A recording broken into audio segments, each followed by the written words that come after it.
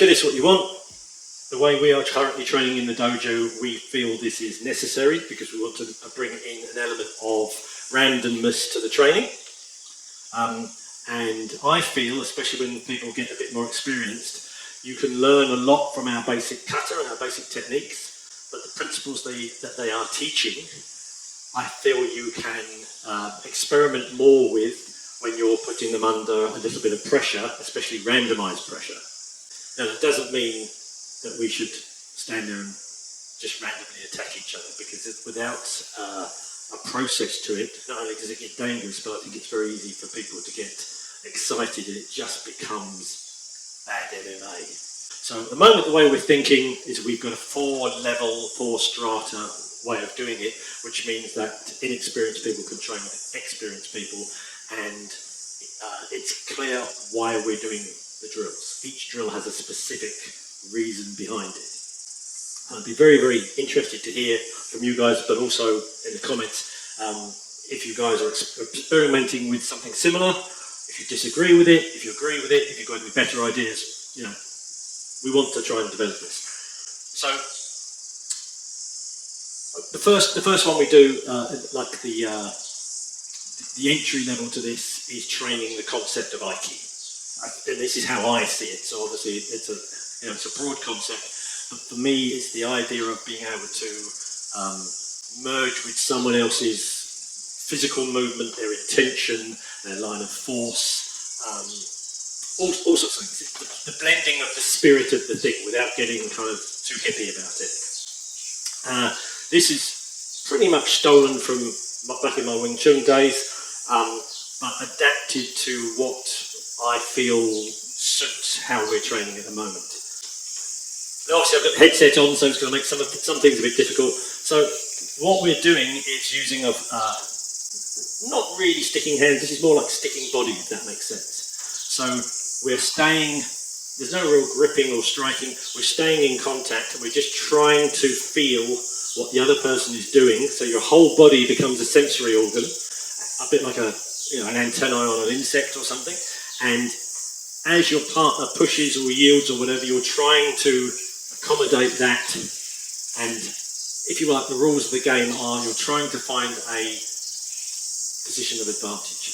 I mean, I could just go bang and grab a head. That's not what this is about. So I'm trying to keep it soft, and I'm trying to keep my entire structure involved. So rather than just doing this because I'm a bit heavier and taller, I'm trying to move the whole thing. So over the top, I like that.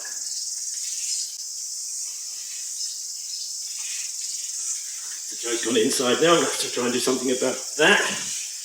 Nice position advantage. So it's not directly a competition, but it's giving you a chance at a low level to feel what your partner is doing.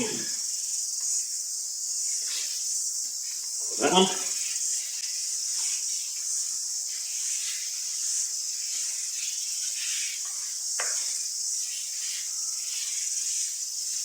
Nice. So you're learning to strategize how much you can give, and without putting your own movement at risk. And you're learning to, I mean, for me, some days I just won't be in the mood to be aggressive. And I mean aggressive in the moving forward. Some days I'm just going to sit here, I'm going to feel this. I'm going to wait for Joe to try and take something. Oh, there we go. Joe's pushing in, got it.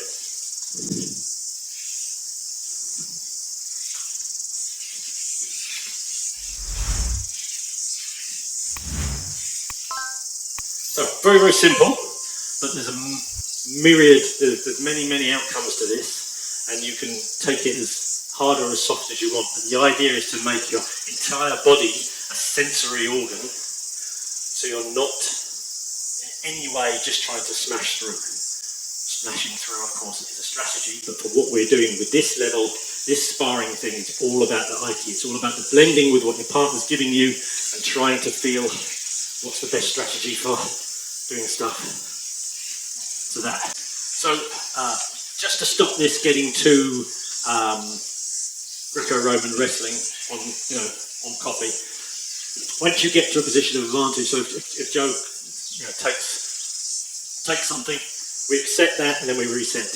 Because not only do we not want to get this into a grapple, that's not really the heart of this, One of the things that's most useful in this is the initial moment of contact. So as we touch, that inception of the whole thing, because you're going from no sensory contact to everything all at once. And obviously you can see your partner and you can read their body language and stuff. But this initial moment of touching, that gives you all of your initial information. That's what we should be working with.